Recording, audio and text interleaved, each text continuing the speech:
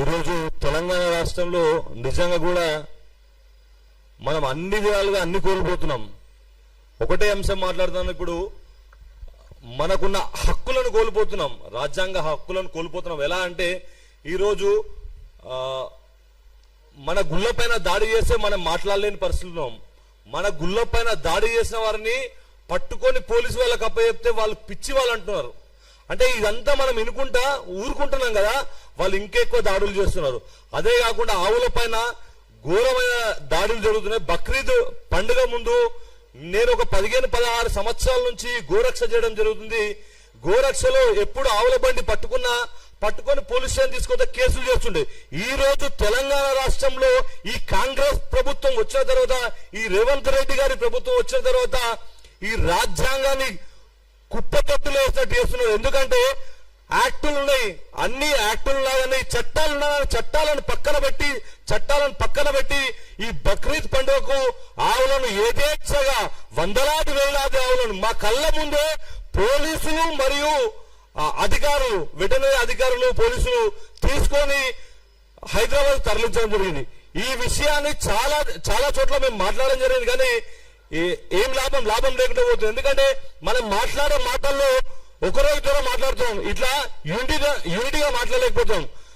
First ఏం జరుగుతుందంటే మనం అందరం యూనిటీ కాకపోవడమే మన బ్యాడ్ లక్ గా, మన దరిద్రంగా మనం భావిస్తున్నాం. ఎందుకంటే ఎవరో ఒకరు మాట్లాడే వరకు ఈ రోజు ఆవులను పట్టుకోవాలని మన పిల్లలు చాలా మంది పోతుంటే వాళ్ళ పైన కేసులు అవుతున్నాయి. వాళ్ళని రౌడీలుగా చిత్రిస్తున్నారు, వాళ్ళను దేశ ద్రోహులుగా చిత్రిస్తున్నారు, వాళ్ళని రౌడీ షీటర్లుగా చిత్రిస్తున్నారు. వాళ్ళు అడిగేది ఆవు. ఈరోజు ఆవు ఏంటంటే ఆవు కోసం గోరక్ష చేసే వాళ్ళ పైన కేసులు, వందలాది కేసులైనాయి. రీసెంట్ గా మొన్న మహేష్ వాళ్ళ పైన 20 మంది మీద కేసులైనాయి.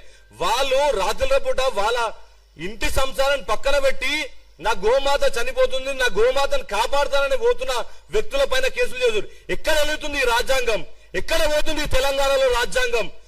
రేవంత్ రెడ్డి గారు మీరు సార్ చెప్పినట్టు వాళ్ళ సారేమో పట్టుకొని తిరుగుతాడు, రాజ్యాంగాన్ని పట్టుకొని తిరుగుతాడు. కానీ ఈ రోజు తెలంగాణలో మాత్రం అది అమలు పరచలేని పరిస్థితిలో ఉన్నాం.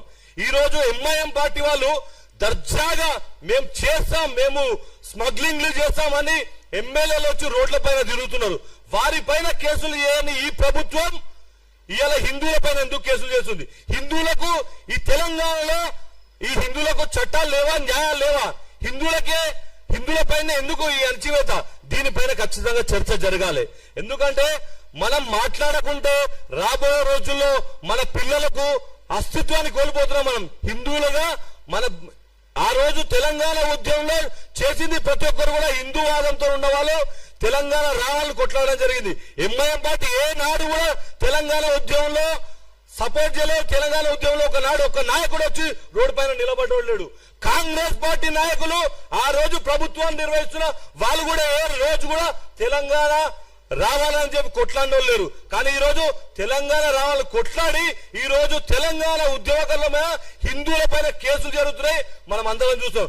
దయచేసి దీనిపైన పెద్ద చర్చ జరగాలి.